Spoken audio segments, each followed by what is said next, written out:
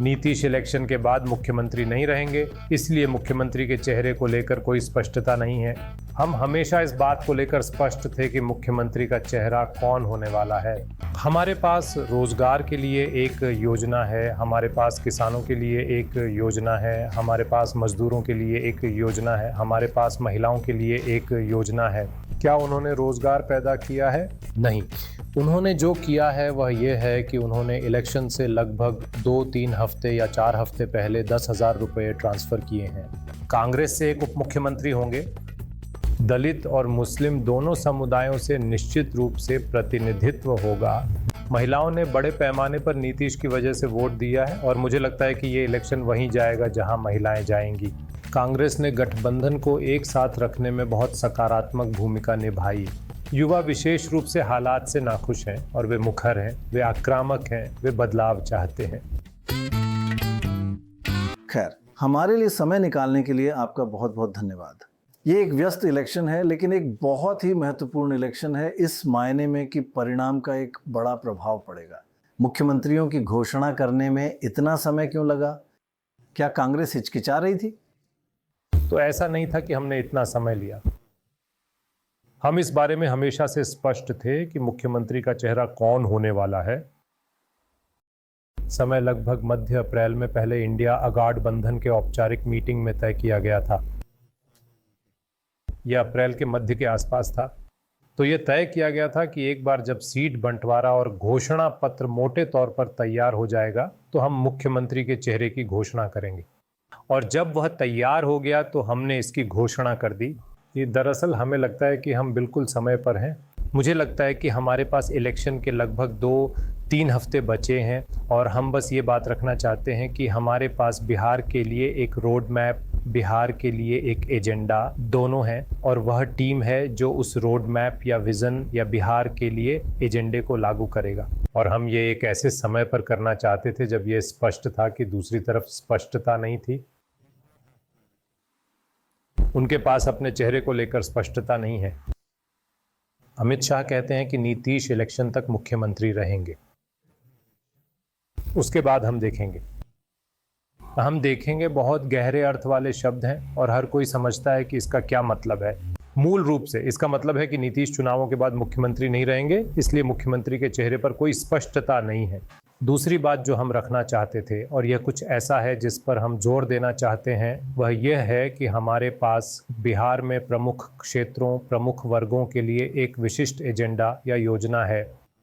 हमारे पास शिक्षा के लिए एक योजना है, हमारे पास स्वास्थ्य के लिए एक योजना है, हमारे पास रोजगार के लिए एक योजना है, हमारे पास किसानों के लिए एक योजना है, हमारे पास मजदूरों के लिए एक योजना है, हमारे पास महिलाओं के लिए एक योजना है और इसी तरह आगे भी।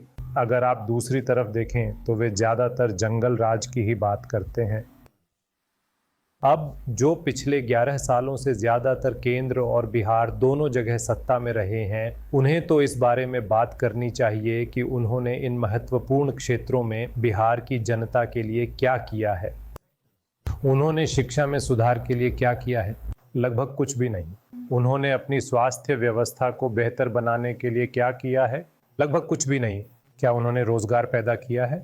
नहीं। क्या अपराध पर अंकुश लगा है? बिल्कुल नहीं। क्या भ्रष्टाचार पर लगाम लगाई गई है? ये बहुत ज़्यादा है, आसमान छू रहा है। और जब अपराध होता है तो डीजी क्या कहते हैं? वे कहते हैं कि ये शायद इसलिए है क्योंकि किसानों के पास करने के लिए कोई काम नहीं है। तो भाजपा और जदयू के इस गठबंधन को आदर्श रूप से अपने किए गए काम, अपने रिपोर्ट कार्ड, अपने प्रदर्शन के आधार पर वोट मांगने चाहिए। हमें इनमें से कुछ भी देखने को नहीं मिलता है, हमें इनमें से कुछ भी सुनने को नहीं मिलता है। तो यही वह अंतर है जिसे हम सामने लाना चाहते थे। आप जानते हैं, आप चीज़ों का वादा करने में बहुत अच्छे हो सकते हैं, लेकिन अभी हमने बहुत सारे चुनाव देखे हैं। यह सब इस बात पर आ जाता है कि पैसे कौन दे रहा है। और यहाँ मुझे लगता है कि नीतीश कुमार ने पहली बार अब तक 1,50,00,000 से ज़्यादा महिलाओं को 10,000 रुपये हस्तांतरित करके सबसे बाजी मार ली है। आपको लगता नहीं कि ये गेम चेंजर होगा? और क्योंकि आजकल तो सिंपल है, तुम मुझे नोट दो, हम तुमको वोट देंगे। आप किसी को भी वोट देते हैं, नोट देते हो तो लोग प्रभावित होते हैं। तो अगर आप लोगों को पैसे देते हैं तो वे प्रभावित होंगे। इसमें कोई शक नहीं है, लेकिन हम यह भी बताने की कोशिश कर रहे हैं कि इस विशेष मामले में महिलाओं के लिए हमारी पेशकश एक ऐसी चीज़ है जो हमारी सरकार बनने के तुरंत बाद हर महीने की जाएगी। उन्होंने जो किया है वह यह है कि उन्होंने एक इलेक्शन से लगभग 2-3 हफ्ते या 4 हफ्ते पहले 10,000 रुपये हस्तांतरित किए हैं। वे यह 4 साल पहले कर सकते थे। उन्होंने ये क्यों नहीं किया? तो हमारे पास एक जवाबी तर्क और एक वैध तर्क है कि हम उन्हें क्या पेशकश करेंगे, और हम इसे बहुत आक्रामक तरीके से महिलाओं तक ले जाने की योजना बना रहे हैं। और ये सिर्फ प्रति महिला प्रति माह 2,500 रुपये का एक वादा नहीं है, बल्कि ज़रूरतमंद महिला, हम ये भी कह रहे हैं कि जो भूमिहीन हैं उन्हें ज़मीन मिलेगी और ज़मीन का अधिकार महिला के पास होगा। हम उन महिलाओं के लिए 2 लाख सब्सिडी भी ला रहे हैं जो रोजगार स्वरोजगार शुरू करना चाहती हैं। हमारी एक योजना भी है जिसमें हम उनके पास मौजूद स्वास्थ्य सुरक्षा में सुधार के लिए उनके साथ काम करना चाहते हैं। तो हम राजस्थान में लागू स्वास्थ्य बीमा की चिरंजीवी मॉडल को बिहार लाना चाहते हैं। तो अगर आप महिला वर्ग को समग्र रूप से देखें तो ये सिर्फ इलेक्शन से पहले 1 या 2 बार का सीधा नकद हस्तांतरण नहीं, बल्कि यह एक समग्र पैकेज है जिसमें रोजगार, आय सुरक्षा, स्वास्थ्य और इसी तरह की अन्य चीज़ें शामिल हैं। और हम उम्मीद करते हैं कि महिलाएं वोट के लिए दिए जाने वाले नकद हस्तांतरण के दिखावे को समझेंगी, बजाय किसी ऐसी चीज़ के जो ज़्यादा सार्थक, ज़्यादा सुसंगत, ज़्यादा लॉन्ग टर्म हो, जो उनकी और उनके परिवारों की ज़्यादा समग्र रूप से मदद करेगी। तो तेजस्वी यादव ने कहा है कि एक दूसरे उप मुख्यमंत्री होंगे।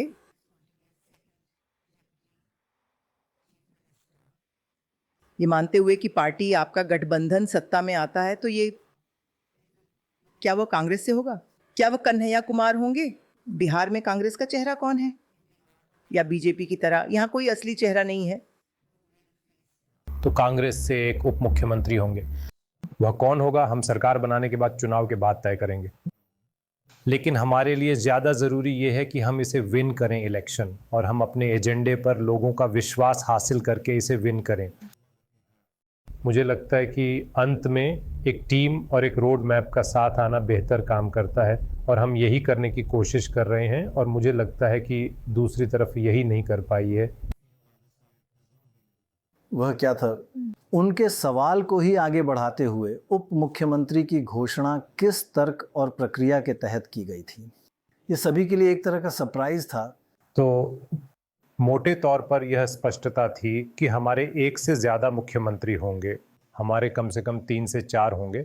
वह कौन होगा, ये कैसे होगा, ये चर्चा का विषय था। और यह तय किया गया कि हम एक व्यक्ति की घोषणा करेंगे, लेकिन दूसरों के लिए हम इस पर एक कॉल लेंगे कि वह कौन होगा। जब क्या यह उनकी शर्तों में से एक थी? उनकी वे स्थितियां थीं, लेकिन यह कुछ ऐसा था जो हमारे लिए नया नहीं था, और इसलिए यह एक संयुक्त निर्णय था। और यह घबराहट में लिया गया कोई फैसला नहीं था, जो दर्शाया जा रहा है उसके बिल्कुल विपरीत है। मुख्यमंत्री पर निर्णय समय वगैरह कमोबेश हमारी योजना के अनुसार ही था, और इसमें कुछ भी जल्दबाजी में नहीं किया गया था। और संबंध कोई घबराहट भरी प्रतिक्रिया नहीं थी। यह एक बात है जो मैं स्पष्ट करना चाहूँगा, क्योंकि ऐसी धारणा लगती है कि हमने इसे बिना सोचे समझे कर दिया, या हमने इसलिए किया क्योंकि यहाँ या वहाँ से दबाव था। असल में नहीं, सच्चाई से कोसों दूर। लेकिन अल्पसंख्यक समुदायों, मूल रूप से मुस्लिम समुदाय और दलितों से भी आप जानते हैं बहुत प्रतिक्रिया आ रही है, और ऐसा लगता है कि वे सचमुच निराश महसूस कर रहे हैं। आप इसे कैसे संबोधित करेंगे? तो उन्हें बिल्कुल भी निराश नहीं होना चाहिए। ये बहुत स्पष्ट है कि उन समुदायों का प्रतिनिधित्व होगा, और हम इस बारे में बहुत स्पष्ट हैं। वह नहीं है ये कौन होगा, यही तय नहीं हुआ है। हमारे इस गठन में दलित और मुस्लिम दोनों समुदायों और सवर्ण जातियों से निश्चित रूप से प्रतिनिधित्व होगा। तो ये साफ नहीं है कि वह खास व्यक्ति कौन होगा, लेकिन हमारे मन में कोई संदेह नहीं है कि वे होंगे। आपके कहने का मतलब है कि जैसे आप जानते हैं आपने ईबीसी समुदाय से मुकेश सहनी की घोषणा की है, वैसे ही मुस्लिम समुदाय, दलित समुदाय, साथ ही सवर्ण जाति से एक उप मुख्यमंत्री होगा, लेकिन उनका नाम अभी तक तय नहीं हुआ है। निश्चित रूप से हम इसी बारे में बात करते रहे हैं और निश्चित रूप से इसी तरह हम आगे बढ़ना चाहते हैं। मेरा सवाल किसी की, जैसे कि प्रशांत किशोर की सोशल मीडिया उपस्थिति के बारे में है। उनकी सोशल मीडिया पर बहुत बड़ी मौजूदगी है। लगभग हर जिले में उनके पैरोल पर इन्फ्लुएंसर हैं और वे बस मैसेज या जो कुछ भी मैसेज प्रशांत किशोर फैलाना चाहते हैं उसे फैला रहे हैं। अगर आप युवा लोगों को आकर्षित करना चाहते हैं तो आप जानते हैं आपके पास युवा नेता हैं, कैसे क्या है आपका रोड मैप क्या है, आप इस पे कैसे काम कर रहे हैं? क्योंकि ये ऐसा लगता है कि अभी उस क्षेत्र में प्रशांत किशोर बहुत आगे हैं। सोशल मीडिया कैंपेन एक ऐसी चीज़ है जिस पर हम काफ़ी लंबे समय से योजना बना रहे हैं और उसका ब्यौरा तैयार कर रहे हैं।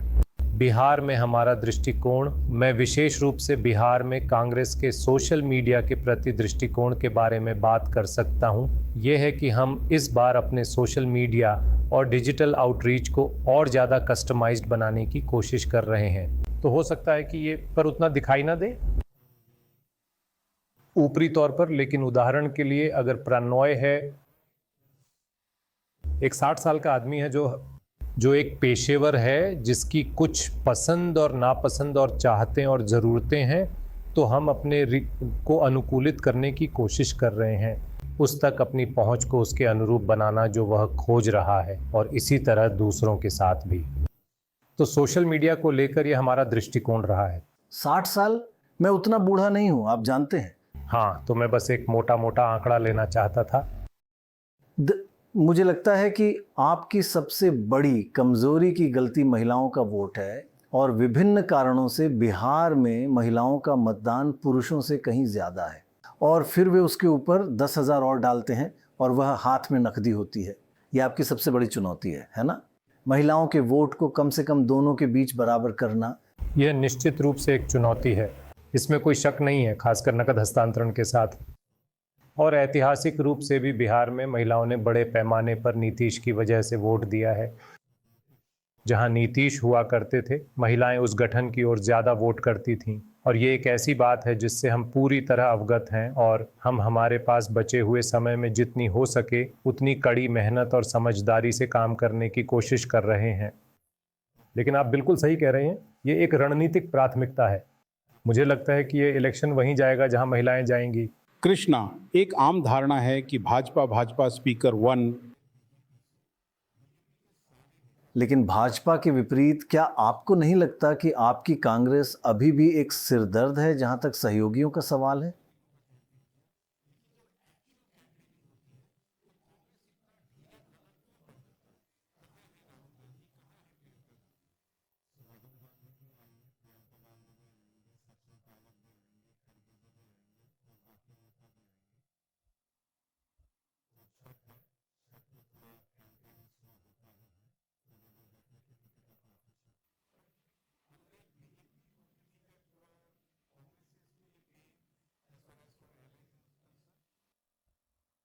मुझे नहीं पता।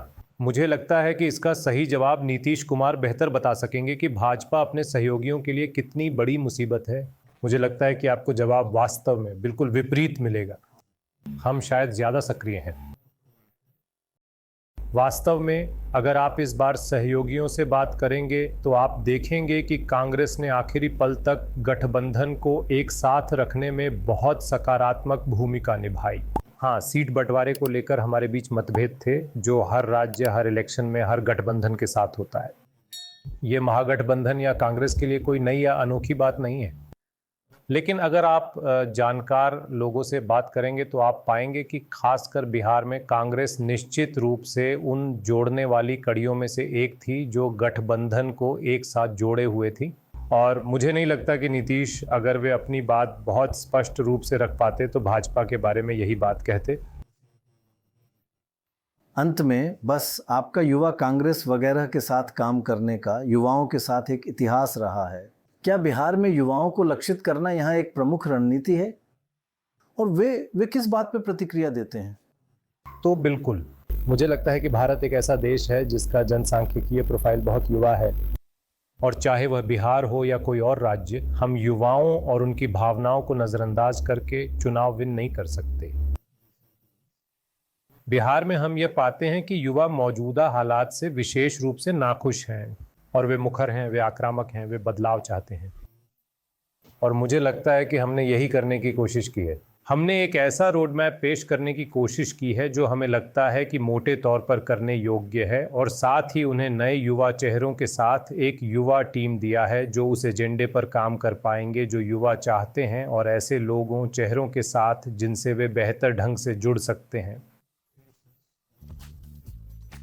वास्तव में आपका बहुत बहुत धन्यवाद। ये बहुत दिलचस्प है। धन्यवाद।